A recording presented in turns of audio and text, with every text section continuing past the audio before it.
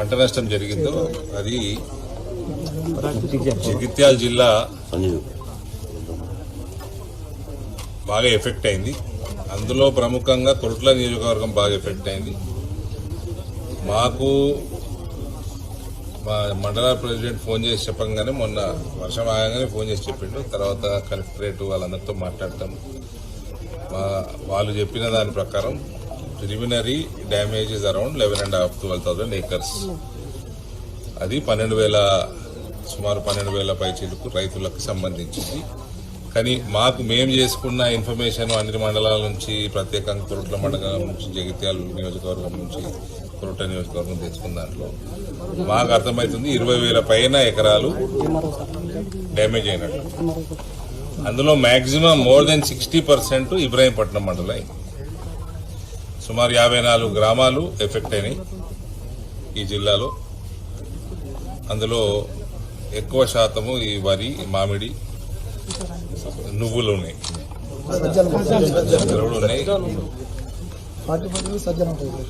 So దీని మీద ప్రభుత్వం తక్షణమే స్పందించాలి. ఇది ప్రతిసారి జరిగే ప్రకృతి వైపరీత్యాలను చెప్పిరావు. ఒకటి, యావత్ భారతదేశంలో మనకున్న 140 కోట్ల జనాభాలో, ఇంత పెద్ద దేశంలో, ప్రతి రాష్ట్రంలో వ్యవసాయం, భారతదేశం మొత్తం మన వెన్నుముకనే వ్యవసాయం. సో దీనికి ఒక ముందు చూపుతోటి ఇటువంటి అఘాయిత్యాలు అవుతాయి అన్న ముందు చూపుతోటి ఫసల్ బీమా పథకం కేంద్రం ప్రవేశపెట్టింది. ఫసల్ బీమా పథకం ప్రవేశపెట్టి దాన్ని రాష్ట్రాలు సద్వినియోగం చేసుకోవాలి, వాళ్ళ వాటా వాళ్ళు కట్టుకోవాలి. ఇది 2014 నుంచి 24 దాకా దొరల ప్రభుత్వం దీన్ని సద్వినియోగం చేసుకున్నారు. వీళ్ళేమన్నా నష్టపరిహారం ఇస్తారా అంటే ఇయ్యరు. ఈ ప్రభుత్వం వచ్చినాక కూడా, కాంగ్రెస్ ప్రభుత్వం వచ్చినాక కూడా 1.5 సంవత్సరం నుంచి ఒక సిస్టమ్ డెవలప్ చేస్తలేదు. ఏ గాలికైతే కేసీఆర్ నడిపిండో అదే గాలికి ఇంకా అధ్వానంగానే కాంగ్రెస్ ప్రభుత్వం నడుపుతాం. భారతీయ జనతా పార్టీ ప్రభుత్వాలు ఎక్కడున్నా కూడా సిస్టమ్ డెవలప్ చేస్తాయి. ప్రభుత్వాల దగ్గర కూడా మా రేవంత్ నేషనల్ మీడియాలో కూడా మాట్లాడుకుంటా మన ముఖ్యమంత్రి నా దగ్గర పైసలు లేవని చెప్తున్నాడు. నేను 4 లక్షల కోట్ల అప్పులు ఉన్నాయి అనుకున్నా, కానీ 8 లక్షల కోట్ల అప్పులు ఉన్నాయి. నేను కుర్చీలో కూర్చున్నాక తెలుస్తుంది. అంటే నువ్వు చేతులు ఎత్తేసాడు లెక్క. వీళ్ళకి రైతు భరోసా లేదు, వీళ్ళకి రుణమాఫీ సక్రమంగా కావాలి, వీళ్ళకి బోనస్లు ఇస్తలేరు. ఎటువంటి వీళ్ళ ప్రభుత్వం కాంగ్రెస్ వచ్చినాక మార్పేం లేదు. కనీసము ఒక సిస్టమ్ కేంద్ర ప్రభుత్వం ప్రవేశపెట్టిన సిస్టమ్ ఇంప్లిమెంట్ చేసుకుంటే రైతులకు ఒక అండగా ఉంటుంది. వీళ్ళు ఇచ్చే బోనస్లు, వీళ్ళు ఇచ్చే భరోసాలు, బంధులు ఇవన్నీ తర్వాత additional. First of all primary మీరు సిస్టమే కొలాప్స్ అయి ఉన్నది రాష్ట్రంలో. అది కేసీఆర్ కొలాప్స్ చేసేట్టు దాంట్లోంచి కాంగ్రెస్ ప్రభుత్వం బయటకు తీసుకొచ్చే ప్రయత్నము చేస్తలేదు. వాళ్ళకు ఉద్దేశము లేదు, వాళ్ళకి అవగాహన కూడా లేదు. కాబట్టి ఇప్పుడు జరుగుతున్న నష్టానికి, ఈ 2 రోజుల వర్షాలకి నష్టానికి తక్షణమే 50,000 రూపాయలు మేము డిమాండ్ చేస్తా ఉన్నాం. రెండో విషయము, ఫస్ట్ నేను సుమారు నాకు ఐడియా ఉంది 25-30 వేలు వరికి పెట్టుబడి ఉంటుందని. 30 నుంచి 35,000 ఇప్పుడు ఉన్నాయి ధరలు పెరుగుడికి ఇంకా పెరుగుతూనే ఉంటుంది అది. కానీ ఇప్పుడు చూసినాక డ్యామేజ్ ఏ రకంగా అయిందో, ప్రత్యేకంగా ఇబ్రాహీంపట్నం మండలం చూసినాక నేను 50,000 డిమాండ్ చేయాల్సిందిగా నేను నిర్ణయం తీసుకున్నాను, డిమాండ్ చేస్తాను. ఇది ఇవాళ అగ్రికల్చర్ మినిస్టర్ నిజామాబాద్కి వచ్చిండు. నేను ఈ నుంచి మళ్ళీ నిజామాబాద్ పోతాను. ఇప్పుడు అక్కడ ఆయనకి లెటర్ రాస్తాను, కలెక్టర్కి కాపీ పెడతాను. తక్షణమే మీరు విడుదల చేయండి. మీరు ఒక సిస్టమ్ డెవలప్ చేస్తలేరు, పైసలు లేవంటున్నారు. పైసలు అట్లా ఉంటుంది కాబట్టి కేంద్ర ప్రభుత్వం సిస్టమ్ పెట్టింది, దాన్ని సద్వినియోగం చేసుకోండి. అన్ని డిపార్ట్మెంట్లలో పెట్టింది, ప్రత్యేకంగా అగ్రికల్చరు మనకి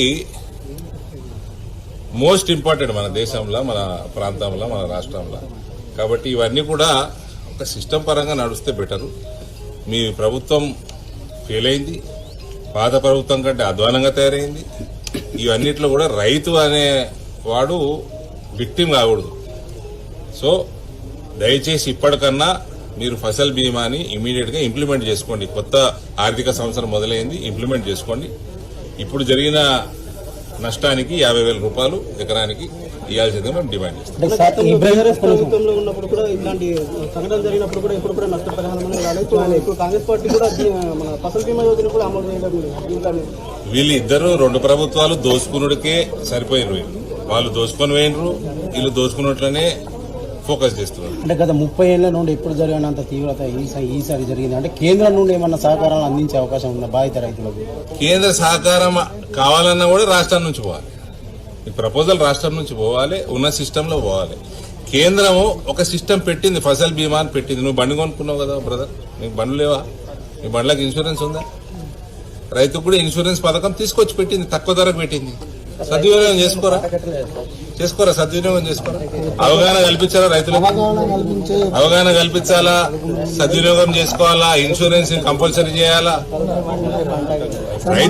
రైతులు చాలా మంది చదువుకున్న వాళ్ళు ఉంటారు, చదువుకున్న వాళ్ళు ఉంటారు. వాళ్ళందరూ కూడా దీన్ని ఇంప్లిమెంట్ చేసే విధి విధానాలు, దానికి ఒక రూపకల్పన చేసి ఇంప్లిమెంట్ చేసే పద్ధతి ఉండాలి. ఇవన్నిటి మీద ఫోకస్ లేదండి. అంటే unfortunately whether it is KTR or this young CM Revanth, వీళ్ళకి పొద్దున లేస్తే పైసలు ఎడకలు జనరేట్ చేయాలా, ఏ భూములు అమ్ముకోవాలా, అది ఎక్కడ వాడాలా, దాంట్లోకి వెళ్ళి 10% కమిషన్ ఎట్లా దొబ్బాలా, అవి ఎక్కడ పెట్టుబడి పెట్టాలా. ఇప్పుడు సభ పెట్టుకున్నాడు టీఆర్ఎస్ వాడు, పీకనిగా పెట్టుకున్నాడు సభ. దానికి 10 కోట్లు 20 కోట్లు ఎడకలు వచ్చినాయి బే. ఈ రైతుల పుట్టుకొట్టే కదా మీరు చేసింది. ఎడకలు వచ్చినాయి.